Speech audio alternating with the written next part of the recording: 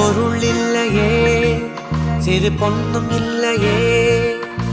பணம் காசிலே இந்த பாசம் இல்லையே அன்பான மகள் வந்தார் அம்பானி நானாகிறேன்